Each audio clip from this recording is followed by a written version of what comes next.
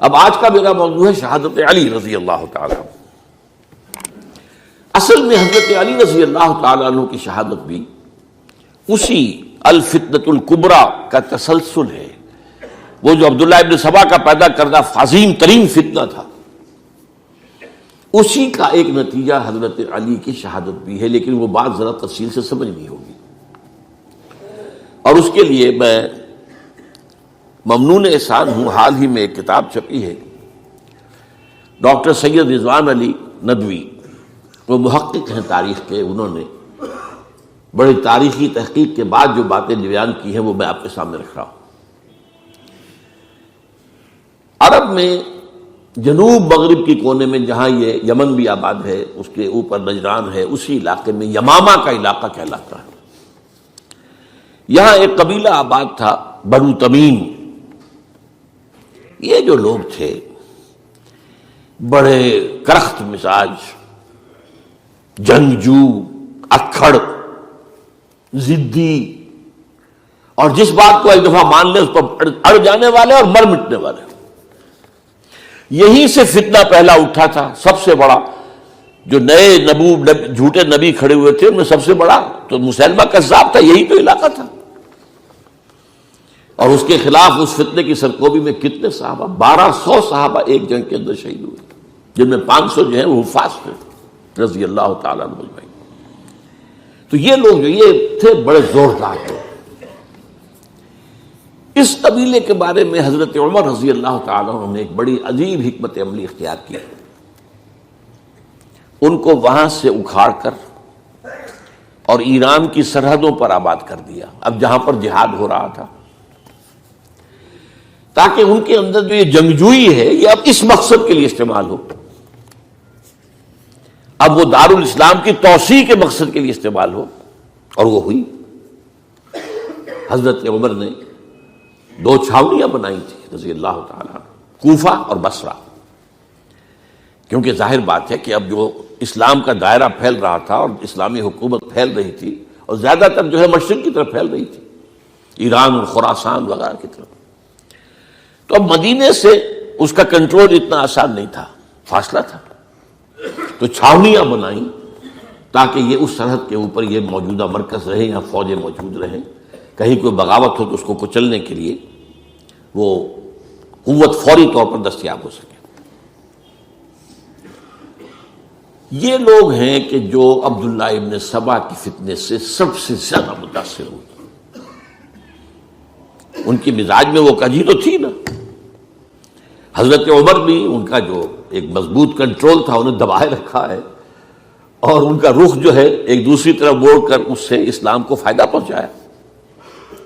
لیکن اس کے بعد جب فتنہ جو آیا یہ عبداللہ ابن سبا، تو سب سے بڑھ کر یہی لوگ اس کے ماننے والے، اور انہی میں سے وہ لوگ تھے جنہوں نے جانیں بھی دے دی ہیں، جنہیں حضرت علی نے زندہ جلایا ہے، اس لیے کہ وہ کہتے تھے کہ علی خدا ہے۔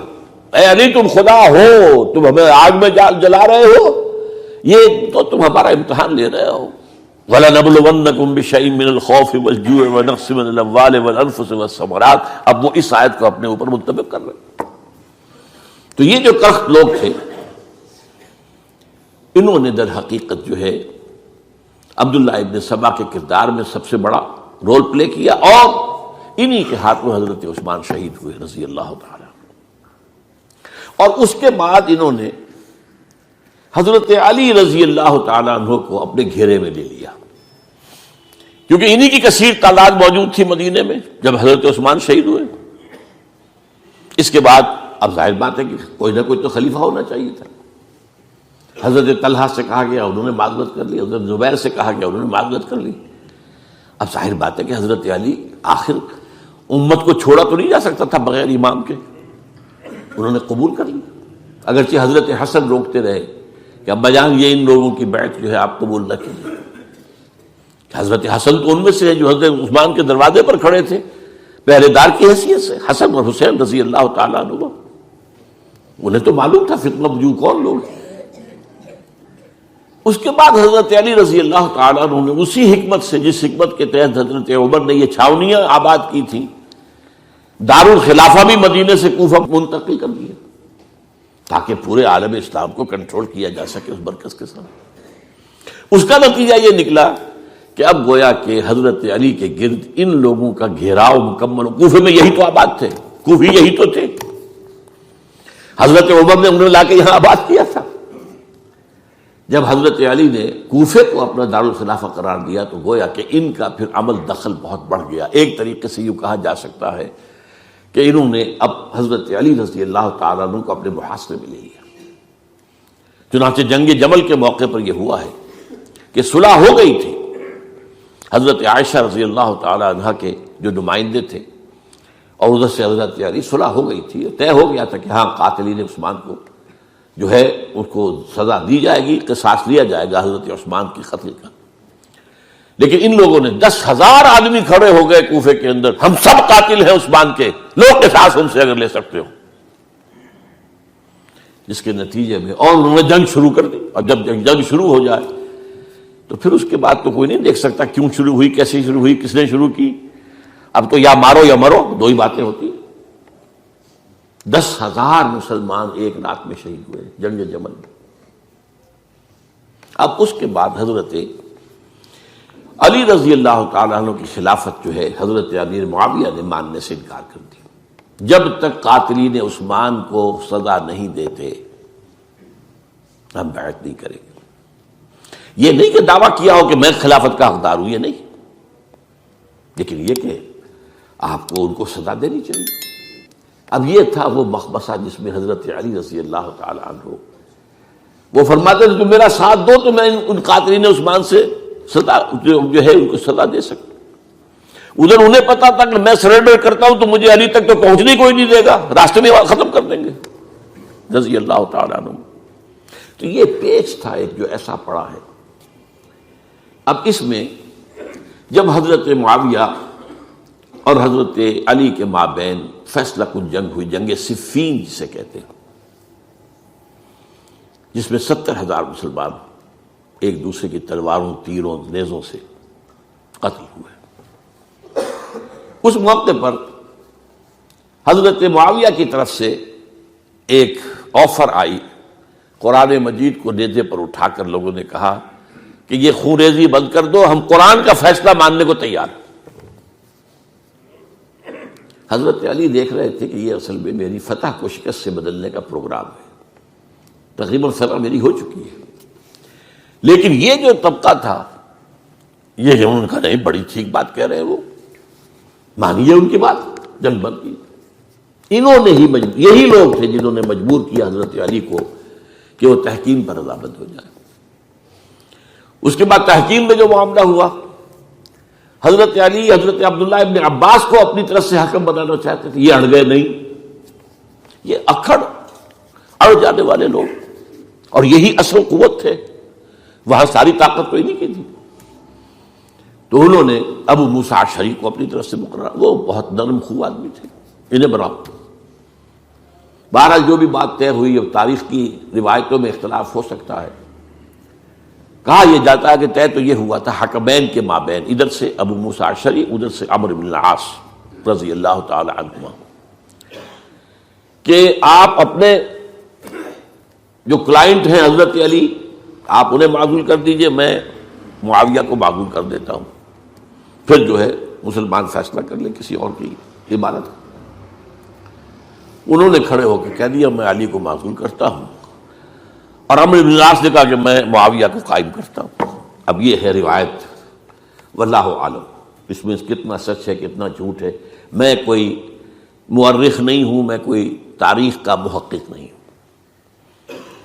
اس کے بعد جو ہے اب یہ لوگ انہوں نے کہا کہ مانیے تحکیم کو، اور جب انہوں نے حضرت علی نے اس تحکیم کے فیصلے کو ماننے سے انکار کیا تو باغی ہو گئے، حضرت علی کو کافر قرار دیا، اور جا کر ایک جگہ پر حرورہ ایک جگہ تھی وہاں پر جا کے جمع ہو گئے، جتھا بندی کی بہت بڑی طاقت پر وہاں کر انہوں نے طے کیا کہ علی بھی کافر ہو گیا، معاویہ بھی کافر ہو گیا، عمرو بن العاص بھی کافر ہو گئے، سب کافر ہیں۔ حضرت علی کی طرف سے ایک گئے سفیر ان سے بات کرنے کے لیے، تو انہوں نے کہا تم ہی نے تو کہا تھا کہ تحکیم کو تسلیم کرو، کہ ہاں ہم نے گناہ کیا تھا، کفر کیا تھا، ہم توبہ کی ہم نے. اگر علی بھی مان لے کہ میں نے مان کر کفر کیا تھا، اب میں توبہ کرتا ہوں، تو ہم ان کی بات مان لیں گے. اب حضرت علی اس طرح کا جھوٹ کیسے بولتے ہیں؟ انہوں نے تو کوئی کفر نہیں کیا تھا. بہرحال انہوں نے پھر بھی نرمی برتی کہ دیکھو اگر تم کوئی خونریزی نہیں کرو گے، فساد نہیں مچاؤ گے، تو میں تمہیں کچھ نہیں کہوں گا.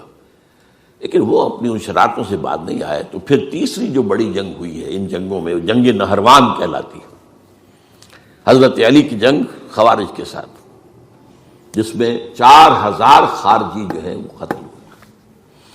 اور یہ بات اب آپ نوٹ کر لیجئے کہ یہ لوگ جیسا کہ اکھڑ بھی تھے لیکن اپنی بات پر ڈٹ جانے والے تھے، لیکن ساتھ ہی دیندار بھی تھے، نمازی اور روزے دار بھی تھے.